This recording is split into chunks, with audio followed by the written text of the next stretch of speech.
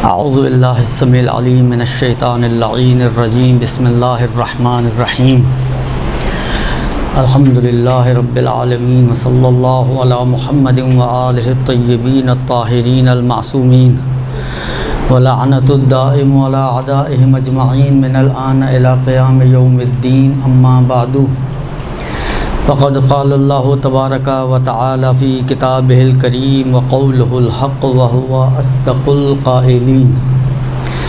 बिस्मिल्लाहिर रहमानिर रहीम। या अय्युहर रसूल बल्लिग़ मा उन्ज़िला इलैका मिन रब्बिक फ़इन लम तफ़अल फ़मा बल्लग़्ता रिसालतहु वल्लाहु यअसिमुका मिनन नास इन्नल्लाहा ला यहदिल क़ौमल काफ़िरीन।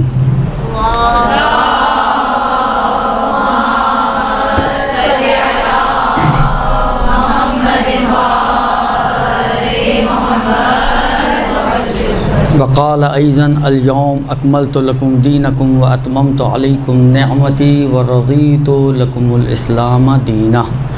दुरूद भेज दें मोहम्मद वाले मोहम्मद।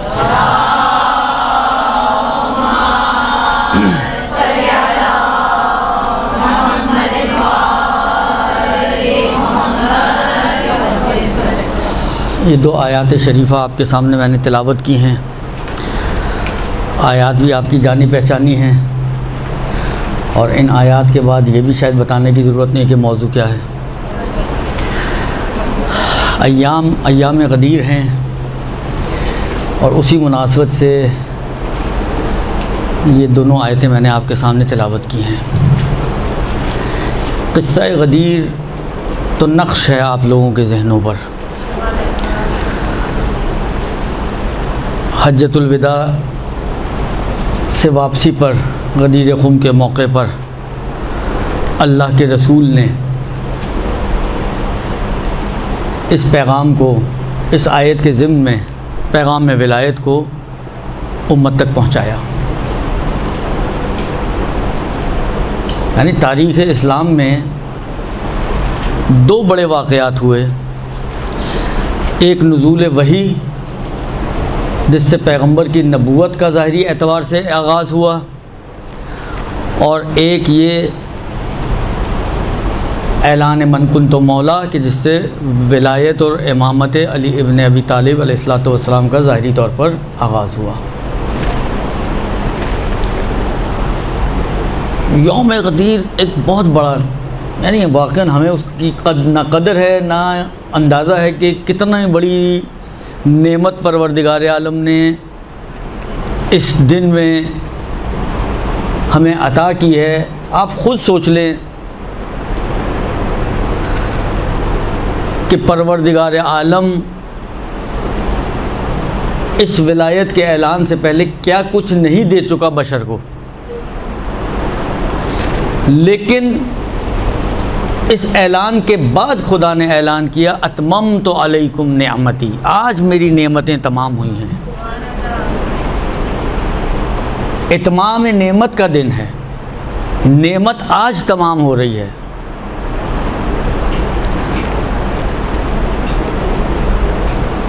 आसमान वाले इस गदीर को ज़मीन वालों से ज़्यादा आशना हैं।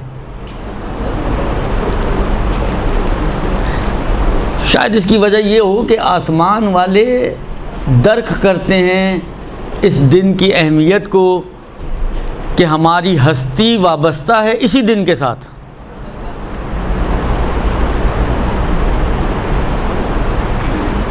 लिहाजा इस दिन के बारे में बहुत ज़्यादा ताकीद की गई है। यानी अजीब रिवायतें हैं इस दिन के फजीलत अहमियत के हवाले से।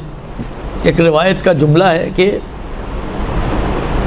लो अन्नन नास यारिफु, नास है या मोमिनून है, यारिफु फ़ज़्ल हाज़ल यौम, अगर लोग बेहकीकत ही अगर कोई इस दिन की हकीकतन फ़जीलत को दर्क कर ले, समझ ले, तो मलाइका 10 मरतबा उससे दिन में आकर मुसाफ़िहा करें। सिर्फ़ उसी दिन में नहीं, हर दिन में रोज़ाना मलाइका नाजिल हों और 10 मरतबा उससे आके मुसाफ़ा करें। शब कदर कितना आपने सुना है, शब कदर अभी रमज़ान ताज़ा गुजरा है, कितनी अहमियत, कितनी फजीलत, कितनी बख्शिश है परवरदिगार आलम की इस शब कदर में। कितने लोगों को गुनाहों से आज़ाद करता है शब कदर में। फिर माह मुबारक रमज़ान में हर हर रोज़, हर हर इफ्तार के वक्त, हर हर शब जुमा, फिर आखिरी शब, पूरे रमज़ान के गुनहगार जिनको माफ़ किया हो एक तरफ, आखिरी शब के गुनहगार एक तरफ, शब ईद फ़ित्र। रिवायत का जुमला यह ज़ाहिरन छठे इमाम अलैहिस्सलाम की रिवायत है। मौला फरमाते हैं कि जितने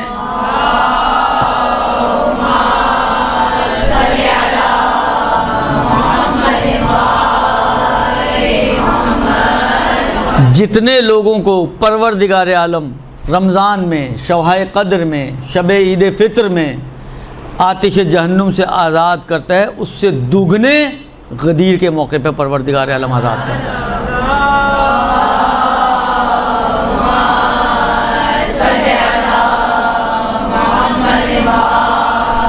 जिस सिंगल को हम काउंट ना कर सकें तो उसका डबल कितना होगा, तसव्वुर करें आप, गौर करें आप, कैसा कीमती दिन है।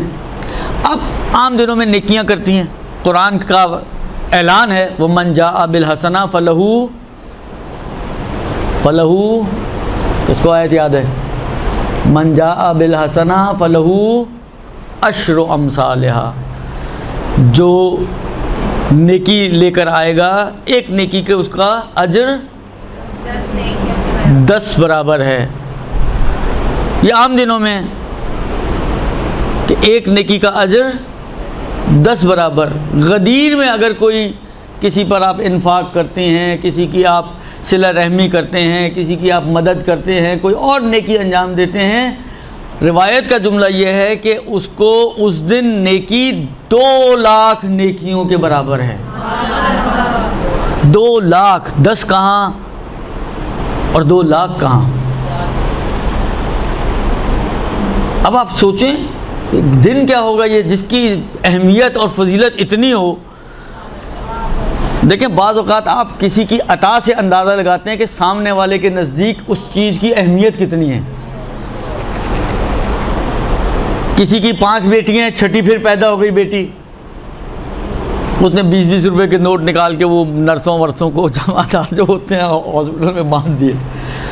उस 5 बेटियों के बाद बेटा हो गया तो उसकी अता से अंदाज़ा हो जाएगा कि ये कुछ चेंज, बहुत बड़ी चेंज आई है इसके घर में। अब आप सोचें कि परवरदिगार आलम की अता कितनी है इस दिन की निस्बत। आम दिनों में कहता है एक नेकी करोगे 10 के बराबर है, इसमें कहते हैं 2 लाख नेकियों के बराबर है। रमज़ान जैसे जिसको हम यानी ताबीर करते हैं उलमा समझाने के लिए, सेल का मौका है, सेल लगाई हुई है परवरदिगार आलम ने नेकियों के एतबार से, बख्शिश के एतबार से, रहमत और मगफिरत खुदा की बरस रही है। वो पूरा रमज़ान, शब ईद फ़ित्र, सारा पूरा एक समझें, इनको एक पलड़े में रख दें और गदीर की एक बख्शिश को एक पलड़े में रख दें, वो फिर भी भारी है। तो इसी से आप अंदाज़ा लगा सकते हैं कि खुदा के नज़दीक इस दिन की अहमियत और फजीलत क्या है। खुदा के नज़दीक इस दिन का मर्तबा और मकाम क्या है कि जिसमें खुदा की बख्शिश इतनी बढ़ गई हो, इतनी बढ़ गई हो। उसका अंदाज़ा इंसान खुदा के इसी ऐलान से कर सकता है कि ये इत्माम नेमत है, ये नेमतें तुम पर मुकम्मल हो रही हैं, ऐसा बड़ा दिन है। और वो रिवायतें तो आपने सुनी हुई हैं, माह मुहर्रम के शुरू में भी वो इब्न शबीब की जो रिवायत आम तौर पे बहुत से अहले मिंबर पढ़ते हैं, उसमें भी ये जुमला ये मौजूद है कि मोमिन हमारी खुशी में खुश और हमारे गम में गमगीन होता है। तो ये अहले बैत के सुरूर का ज़माना है, अहले बैत की खुशी का ज़माना है। लिहाजा इसको इस तरह से आप ये सोच के मनाएं कि ये वो दिन है कि आज मेरा ज़माने का इमाम कितना खुश है, यानी आप अपने ज़माने के इमाम की खुशी को सेलिब्रेट कर रहे हैं।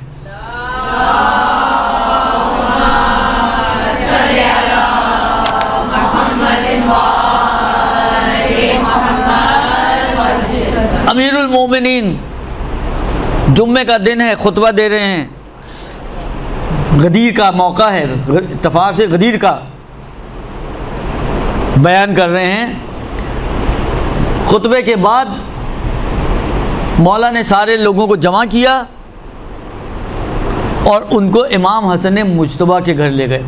नकल हुआ है कि इमाम हसन मुज्तबा कूफे में गदीर वाले दिन ख़ास एहतमाम किया करते थे, दस्तरखान लगाया करते थे। वैसे उनका दस्तरखान बड़ा मशहूर है, लेकिन ये भी ख़ास तौर पर ज़िक्र हुआ है कि इमाम हसन मुज्तबा अलैहिस्सलातु वस्सलाम रोज़े गदीर कूफा में एक बहुत बड़े पैमाने पे दावत रखा करते थे। और जैसे मैंने अर्ज़ किया कि इमाम अली अलैहिस्सलाम उसमें उनको खाना भी खिलाया जाता था और तोहफ़े तहाइफ दे कर रुख़्सत किया जाता था। इमाम रज़ा अलैहिस्सलातु वस्सलाम की रविश ये थी जो नकल हुई है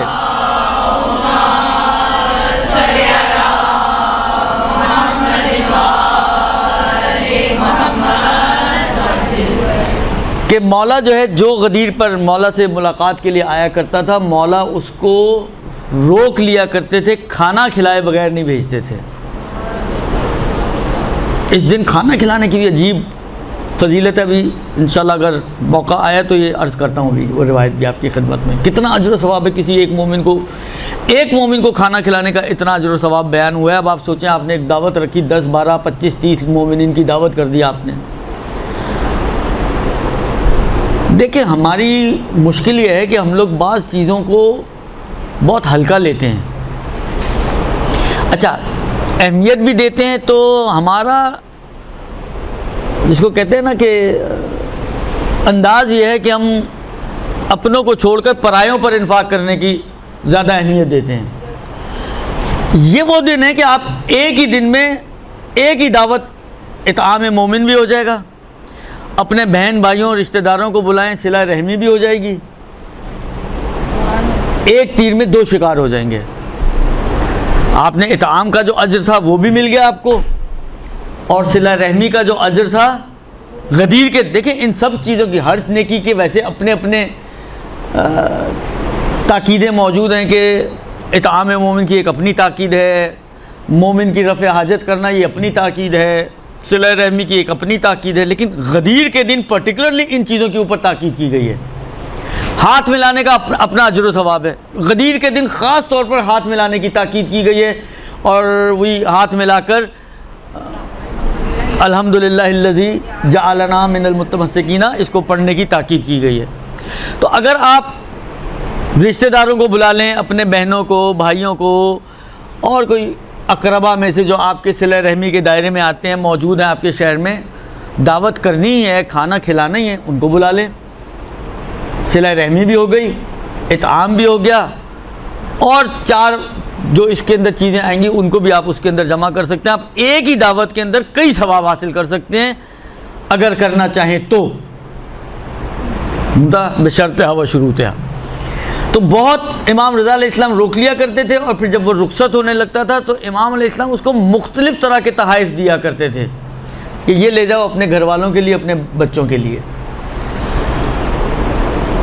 तो आइमा की सीरत बहुत ज़्यादा इस बात पर कायम हुई है कि आइमा इस दिन को अहमियत दिया करते थे, मनाया करते थे, तोहफ़े तहाइफ दिया करते थे, खाने खिलाया करते थे। ये दूसरों की निस्बत बात कर रहा हूँ, अपनी निस्बत नया लिबास पहनने की ताकीद है, खुले हाथ से खुशबू इस्तेमाल करने की ताकीद है, ये सारी चीज़ें एक अलग हैं। लेकिन इस अंदाज से आइमा अलैहिस्सलाम इस दिन को मनाया करते थे कि वही वाली बात है, दूसरों को एक किस्म का क्या है, आपने उनके जहन में डाल दिया। जब आप इतना नवाजेंगे किसी को तो आपका क्या ख्याल है, वो अगले साल इंतज़ार नहीं करेगा उसी दिन का। यही काम कम से कम अपने बच्चों की निस्बत, अपने घर के बच्चों की निस्बत, अपनी फैमिली के बच्चों की निस्बत करें कि हम इस तरह से उनको इस दिन की तरगीब दिलाएं कि उनको याद रहे कि ये वो दिन है जिस दिन हमें मसलन ईद फितर और ईद कुर्बान और बाकी जो मौके आते हैं उन सबसे ज़्यादा हमें हमारे घर वाले या हमारे माँ बाप या हमारे चचा ताया फूफी मामू खाला नवाजते हैं। अब जो जिसकी जैसी हैसियत हो।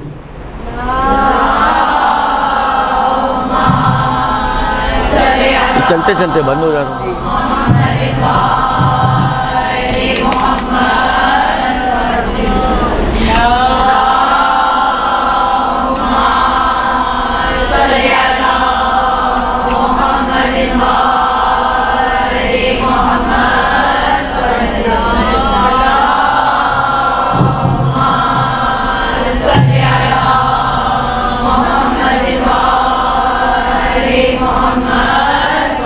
अब कुछ पॉइंट्स मैं आपकी खिदमत में अर्ज़ करूं जो गदीर पर जिसके बारे में ताकीदात आई हैं। पहली चीज़, एक दूसरे को मुबारकबाद देना, और मुबारकबाद भी ख़ास तौर पे इमाम रज़ा अलैहिस्सलाम की रिवायत है। मौला फरमाते हैं कि ईद गदीर खुम के दिन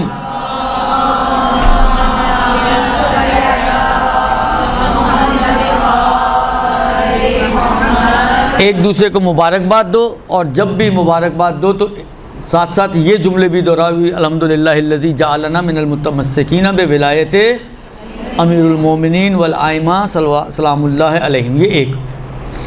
दूसरी चीज़, अपनी खुशी का इजहार करें। दिल में खुश हैं आप, किसको पता चला आप खुश हैं? खुशी का इजहार करें आप। और वो रिवायतें भी हैं कि हमारी खुशी में खुश और हमारे गम में गमगीन, उनसे भी इस्तिफादा होता है। और इमाम सादिक अलैहिस्सलाम फरमाते हैं कि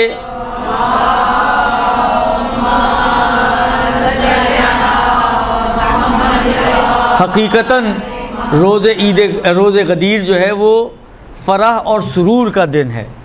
और इसी तरीके से अमीरुल मोमिनीन भी फरमाते हैं कि ईद गदीर के दिन इजहार खुशी और मसरत का इजहार करो और मुसलमान लोगों को खुश करो, यानी अपने अतराफ़ में जो मोमिनीन मौजूद हैं उनको खुश करो।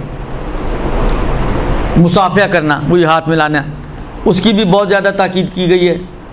मौला फरमाते हैं कि ईद गदीर जब एक दूसरे से मुलाकात करो तो एक दूसरे से मुसाफ़िहा करो।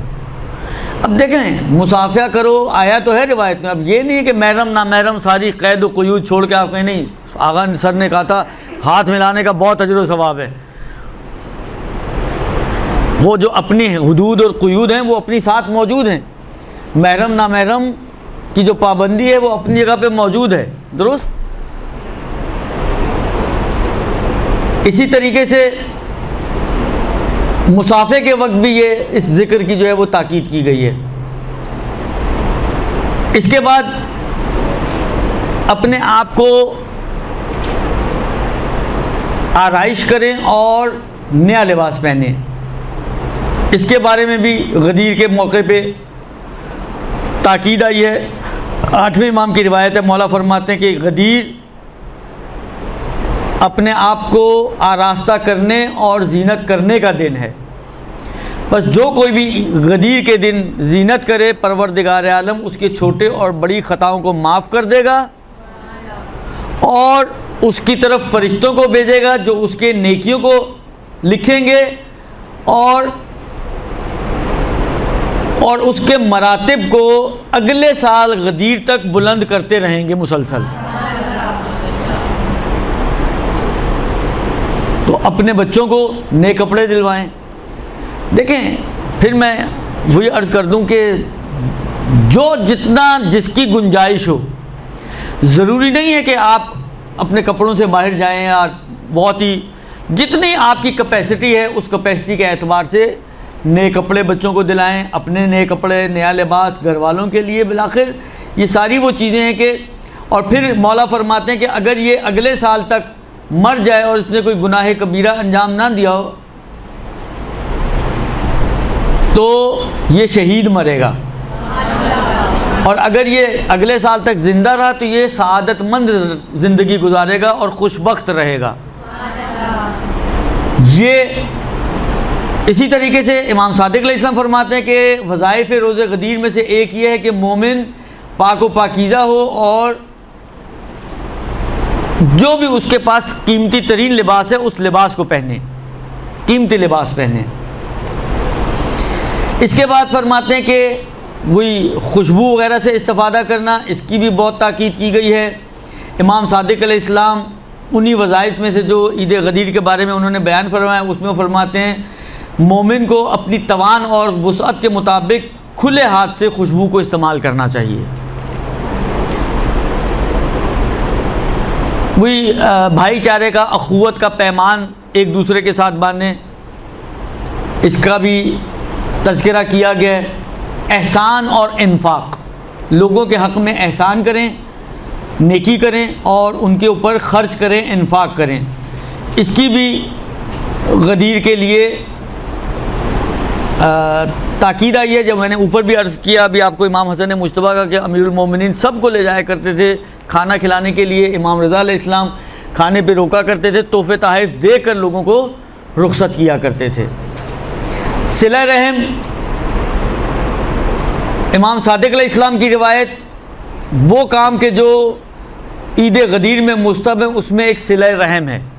मैंने अर्ज़ किया ना कि इसमें से कितनी चीज़ें आप मर्ज कर सकते हैं, कितनी सारी चीज़ें ऐसी हैं कि वही सिला रहम भी बन सकता है, वही इन्फाक भी बन सकता है, वही जो है मसला आप रिश्तेदार आते हैं, आपके बहन भाई आते हैं, आप उनके साथ हाथ मिलाती हैं, मुसाफे का सवाल, यानी एक ही जगह पर, एक ही महफिल में, एक ही नशिस्त में आप इनमें से कितने सारे मुस्तहबात के ऊपर अमल कर सकते हैं और कितने सारे आदाब को अंजाम दे सकते हैं। मोमिनीन से मुलाकात करना, इसकी भी ताकीद की गई है। इमाम रज़ा अलैहिस्सलाम फरमाते हैं कि जो शख्स भी गदीर के दिन किसी मोमिन का दीदार करता है, परवरदिगार आलम 70 नूर उसकी कब्र में दाखिल करेगा और उसकी कब्र को खुला कर देगा।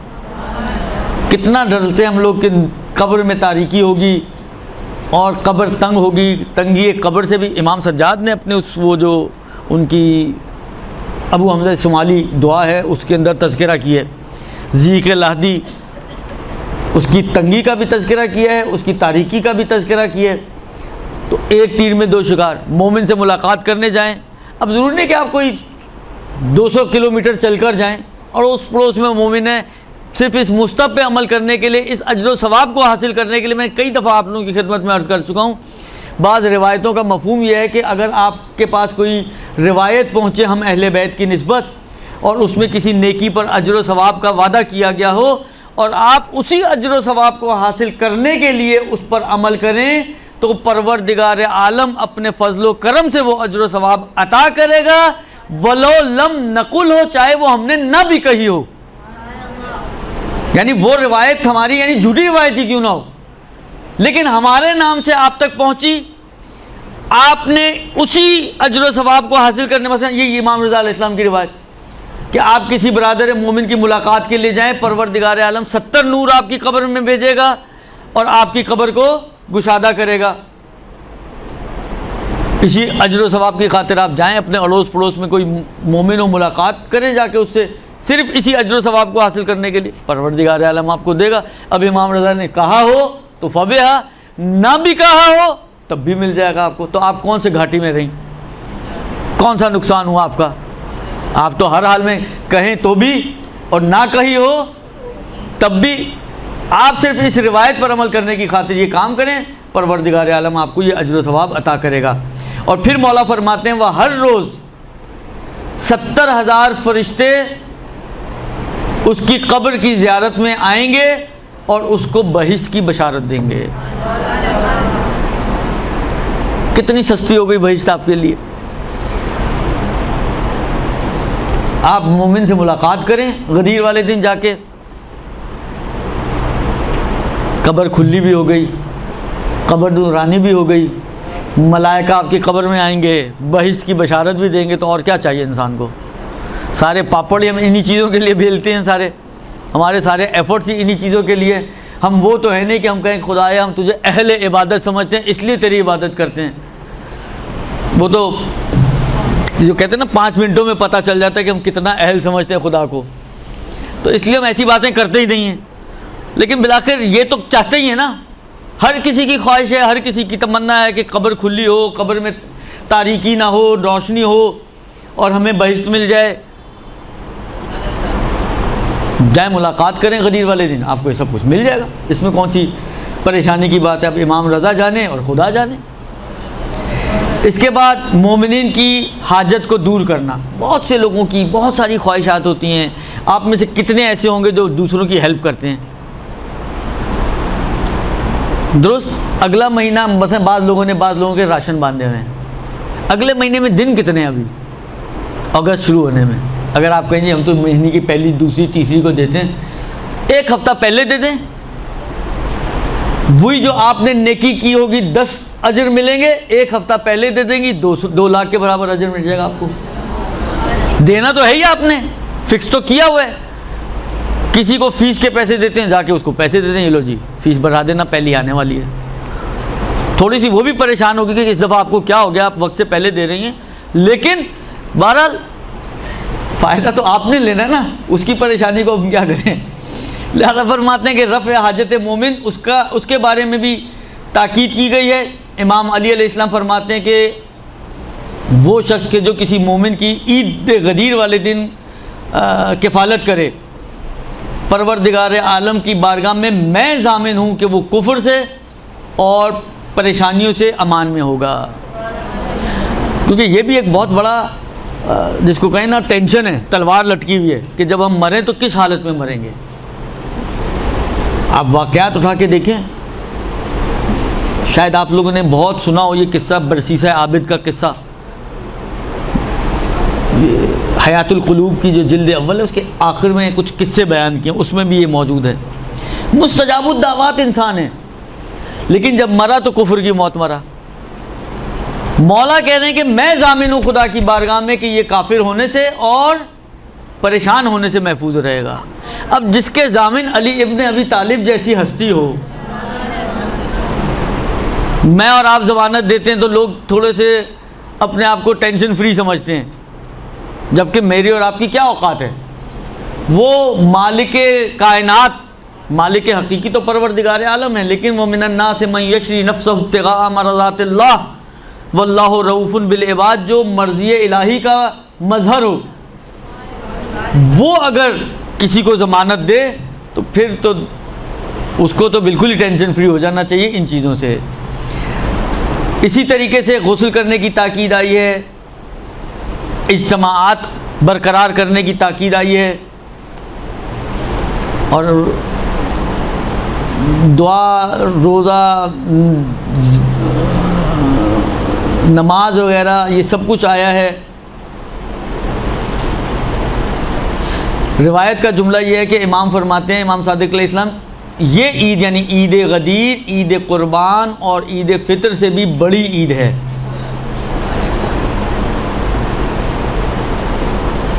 इस दिन रोज़ा भी रखो और कसरत से मोहम्मद वाले मोहम्मद पे दुरूद भेजो।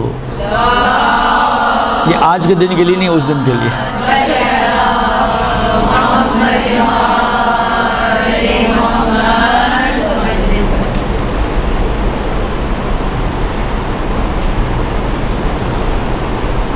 रोज़े की काफ़ी ताकीद है इस दिन रोज़ा रखने की।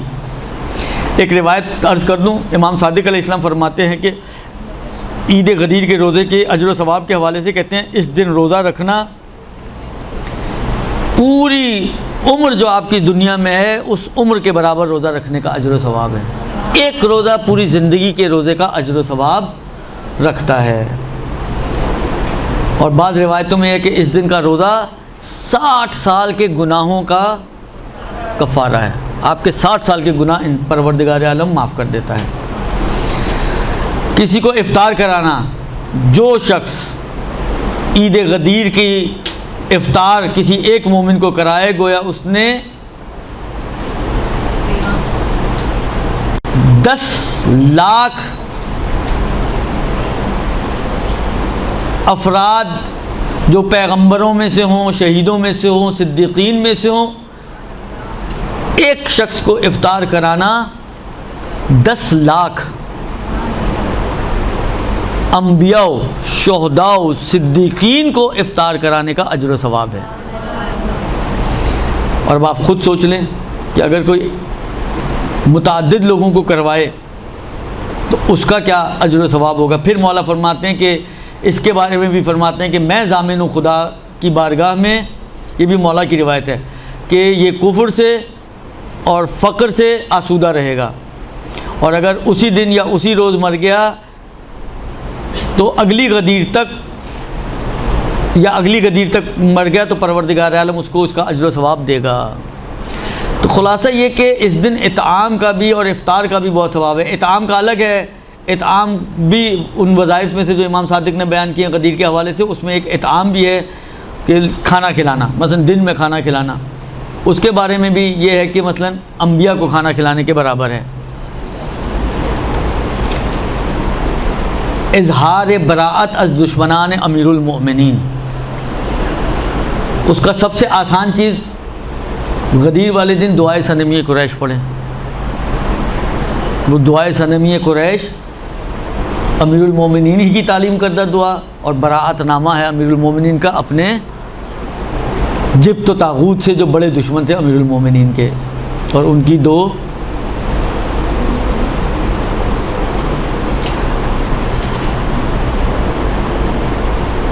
इसके अलावा और भी बहुत कुछ ज़िक्र किया गया। ज़ियारत अमीरुल मोमिनीन है। मौला फरमाते हैं कि तुम कहीं पे भी हो, कोशिश करो कि उस दिन फ़ाहज़ुरू इंद अमीरुल मोमिनीन, अमीरुल मोमिनीन के पास हाजिर हो जाओ।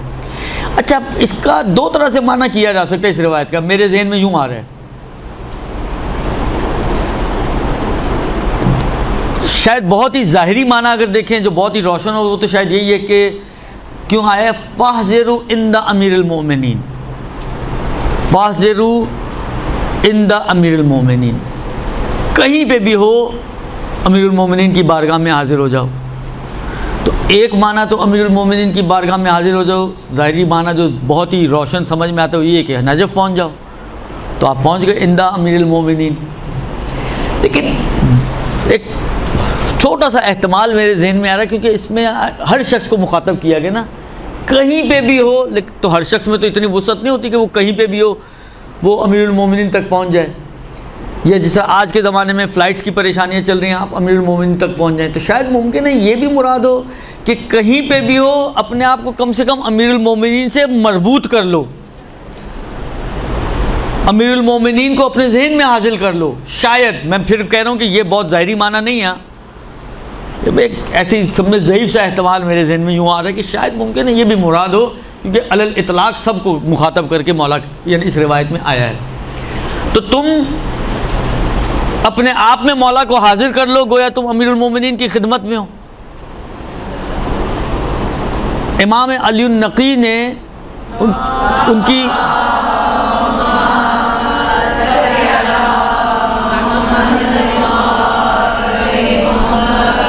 तीन ज़ियारतें बहुत मशहूर हुई हैं इमाम अली नक़ी की। एक ज़ियारत जामिया कबीरा, एक दूसरी ज़ियारत अमीरुल मोमिनीन है जो गदीर के दिन की ख़ास ज़ियारत है, वो ज़रूर पढ़िएगा। शायद थोड़ी सी लंबी है लेकिन मारिफ है उसके अंदर, और हो सके अगर आपको अरबी में कोफ्त हो रही हो तो उर्दू के साथ पढ़िएगा। नहीं कहूँगा अरबी छोड़ के पढ़िएगा, लेकिन उर्दू के साथ पढ़िएगा। और एक शुहदा की ज़ियारत है, शुहदा करबला की, तो वो ज़ियारत समझे मारिफ का दरिया है, उसको पढ़िएगा। वरना और कुछ नहीं तो एक ज़ियारत अमीनुल्लाह पढ़ के अमीरुल मोमिनीन की ज़ात ग्रामी कदर को हदिया कर दीजिएगा। ख़ुलासा किसी भी तरीके से अपना इर्तबात अमीरुल मोमिनीन से बरकरार करें। दुआए नुदबा 4 ईदें, उनमें से एक ईद गदीर जो सबसे अहम तरीन ईद है, उसमें भी सिफारिश की गई है दुआए नुदबा को पढ़ने की।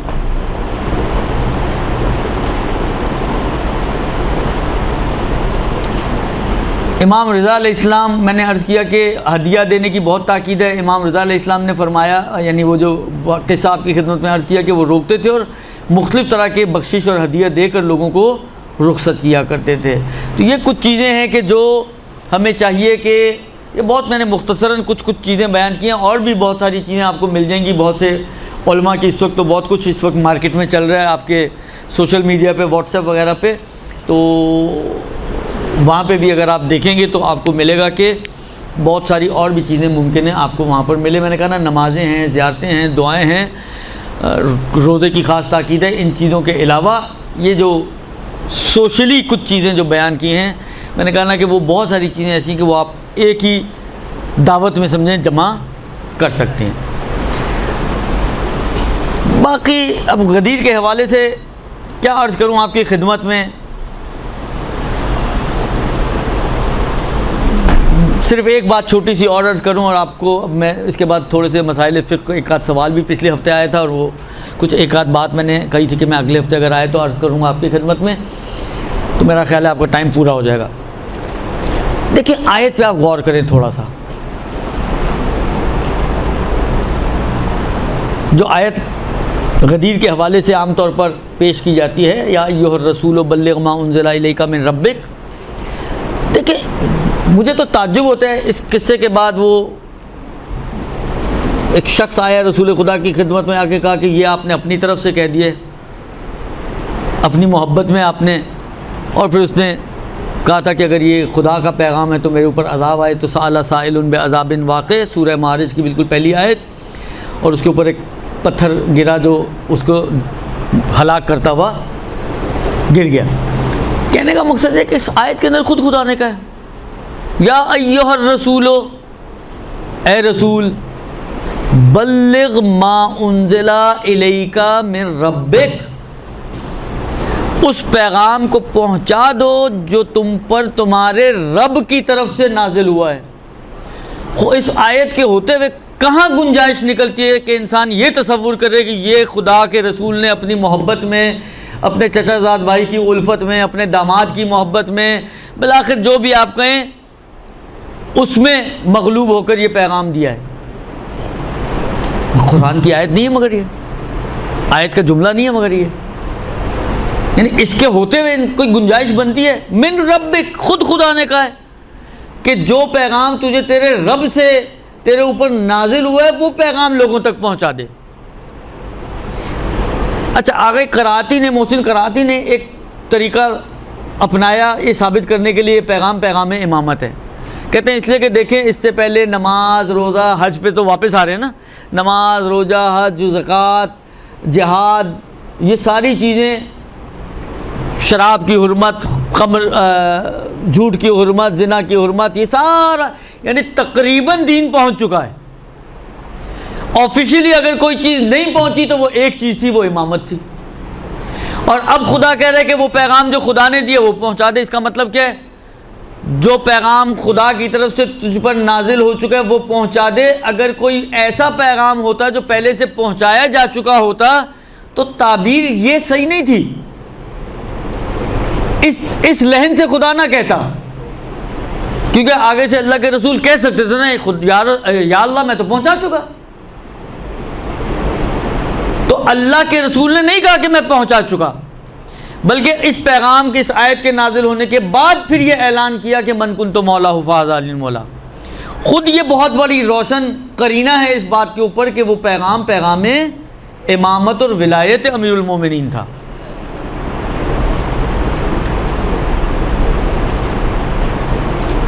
अच्छा, और आगे चलें।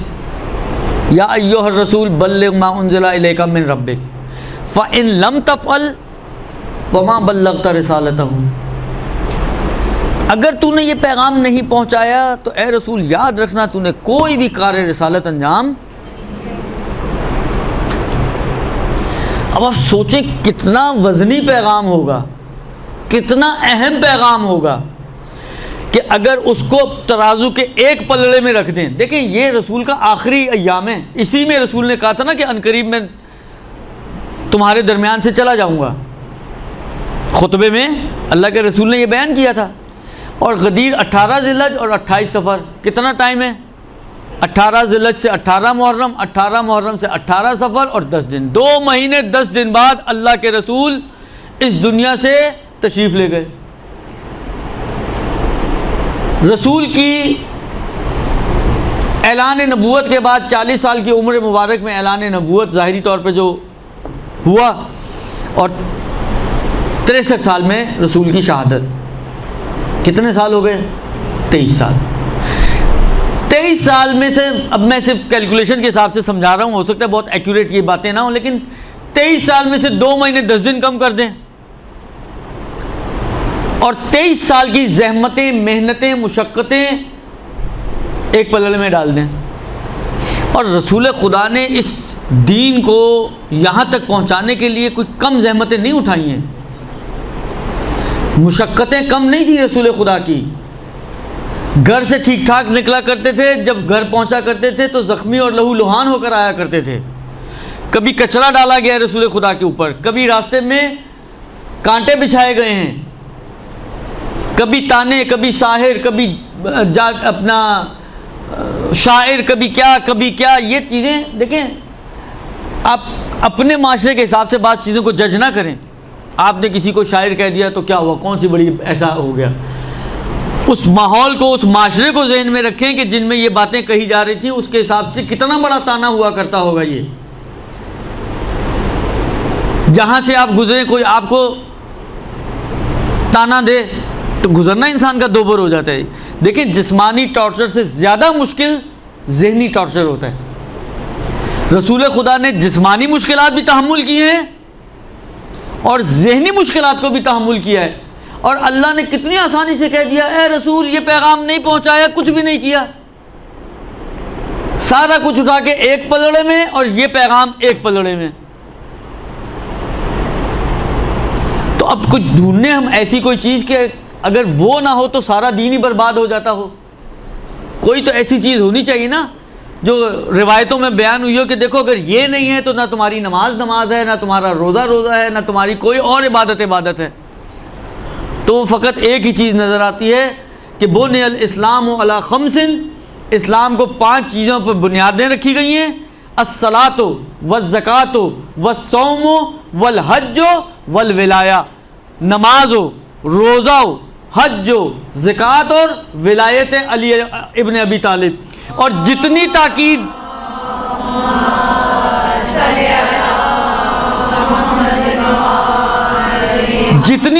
विलायत की गई है, किसी और चीज़ की उतनी ताकीद नहीं की गई। लिहाजा अल्लाह के रसूल ने कहा कि ए अली, अगर कोई शख्स तेरी मोहब्बत को अपने दिल में नहीं रखता, नूह जितनी उम्र हो और वो रुकन व मकाम के दरमियान सारी रात खड़ा होकर नमाज़ें पढ़ता रहे, सारा दिन रोज़ा रखता रहे, सफ़ा और मरवा के दरमियान सही करते हुए मजलूमाना तौर पर उसको शहीद कर दिया जाए, उसकी कोई इबादत कबूल नहीं है। तो अब समझ में आता है कि वो कौन सी चीज़ है कि जो इतनी वज़नी है कि पूरा दीन एक तरफ और वो अकेली चीज़ एक तरफ, वो है विलायत आइमा अलैहिमुस्सलातो वस्सलाम। इसका कोई कायल नहीं है तो ना उसकी नमाज है, ना उसका रोज़ा काबिल कबूल है, ना उसकी कोई भी उसकी इबादत। वो नूह जितनी उम्र 2500 साल इबादतें करता रहे, उसकी सारी इबादतें बर्बाद हैं अगर वो विलायत अली इब्न अबी तालिब और आइमा अलैहिस्सलाम को कबूल नहीं करता। तो वो जो जुमला है, ये समझें, ये रिवायत उस जुमले की वजाहत है कि इन लम तफ़अल फमा बल्लग़ता रिसालतहु वल्लाहु यासिमुका मिनन नास। खटका भी है रसूल के दिल में कि शायद लोग ना माने इनकी बात को। खुदा ने कहा तुम फिक्र नहीं करो, अल्लाह तुम्हारी साथ है, तुम्हारी हिफाजत करने वाला है, तुम्हें बचाने वाला है।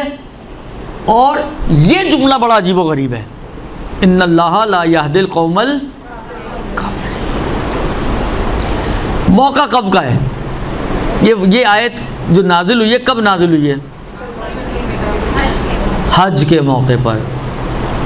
हज के मौके पर रोका किसको अल्लाह के रसूल ने? हाजियों को।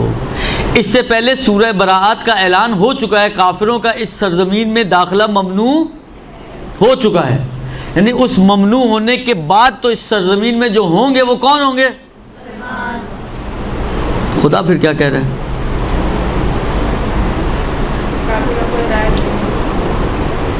यानी इस आयत को अगर आप गौर करें तो बहुत वाज़ेह तौर पे समझ में आ रहा है कि जो इस पैगाम को नहीं मानेगा, इन्नल्लाह ला यहदिल कौमल काफिरीन, तो खुदा फिर काफिरों की हिदायत नहीं करता।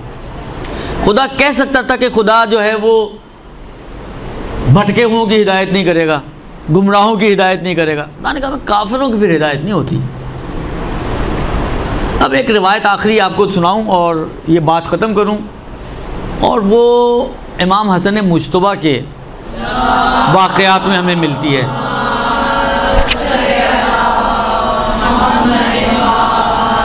अब किस्सा मुफस्सल है, मैं शॉर्ट करके आपकी खिदमत में अर्ज़ करूं। किसी जानने वाले, मानने वाले, करीबी साथी ने इमाम पर एतराज़ किया कि ये आपने क्या किया, किसके साथ सुलूक कर लिया आपने। तो उस मौके पे पहले तो इमाम ने तमहीदन कुछ बातें कही, फिर उसी के अंदर ये जुमला है कि मेरा फ़ेल रसूल खुदा के फ़ेल की तरह है। फ़र्क सिर्फ इतना है कि रसूल खुदा ने जिनसे सुलह की थी वो काफिर थे बित तंजील, और मैंने जिनसे सुलह की है वो काफिर हैं बित तावील, यानी वो ज़ाहिरी काफिर। ये जिस कुफ्र की बात हो रही है ज़ाहिरी कुफ्र की बात नहीं हो रही है, दुरुस्त। बस ये है विलायत अली इब्न अबी तालिब कि जो इस विलायत को कबूल ना करे तो फिर वो बातनी तौर पर अपने आप को कम से कम मुसलमान ना समझे। ये तो गदीर की मुनासबत से कुछ बातें थी जो आपकी खिदमत में अर्ज़ कर दी। खुदा से यही दुआ है कि परवरदिगार इंशाअल्लाह हमें उस मुबारक दिन में उन अफराद में से करार पाए दे कि जिनको खुदा आतिश जहन्नुम से निजात देने वाला है, और उस दिन की तमाम रहमतें, बरकतें, फ़ज़ल, करम हम सब के शामिल हाल फरमाए।